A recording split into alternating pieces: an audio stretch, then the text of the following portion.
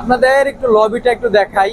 লবিটা আসলে এত পরিমাণে সুন্দর, মানে এইখানে যদি বসি আর মানে বন্ধু তুমি একটু বলো তো যে লবিটা আসলে মানে কিরকম দেখাইতেছে, কতটা সুন্দর। নদীটা এখান থেকে আসলে মারাত্মক সুন্দর দেখাচ্ছে। আল্লাহর অপরূপ সৃষ্টি, চারদিকে একবারে মনোরম পরিবেশ, খুব সুন্দর দেখাচ্ছে। আশেপাশে খুব অল্প সংখ্যক বাড়িঘর। আশেপাশে যদি আমি দেখাই, মানে এখানে কিন্তু অনেক বাসা, অল্প সংখ্যক না হলেও বাসা আছে। মানে হাওড় অঞ্চলে যে এরকম বাসা থাকতে পারে আমি আসলে মানে মানে এটা বুঝতে পারি না যে এত বাসা।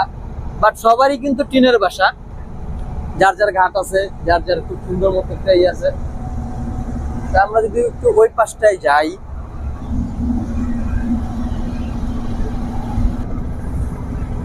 এই যে এই পাশটা,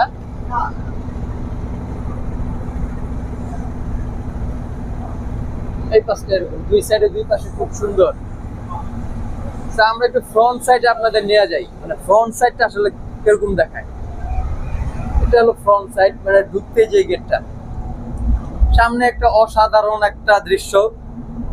মানে এই যে আজকের ওয়েদারটা আসলে একটু গরম গরম, রোদ রোদ উজ্জ্বল, মানে আসলে হাওয়াটা যেরকম উপভোগ করতে চাচ্ছিলাম রোদের সময় ঠিক রোদ, আরেকটু পরে হয়তো বা মেঘ, সকালে ছিল বৃষ্টি, এখন রোদ। আসলে হাওরের আবহাওয়া তো বোঝা বড়ই দায়। আর রিসেন্টলি এক সপ্তাহ ধরে যে আবহাওয়া আমরা দেখতেছি, এই গরম এই বৃষ্টি, এই ঠান্ডা এই গরম, মানে একটা খুবই ডেঞ্জারাস আবহাওয়া আর কি।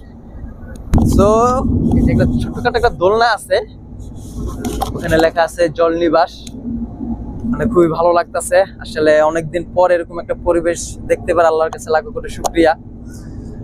এখন হলো দুপুর দুটা বাজে, আমরা ওয়াচ টাওয়ারের দিকে যাচ্ছি, দেখি ওখানে আসলে পরিবেশটা কিরকম। অনেক হাউস বোট যাচ্ছে আর কি, প্রচুর হাউস বোট যাচ্ছে। এই যে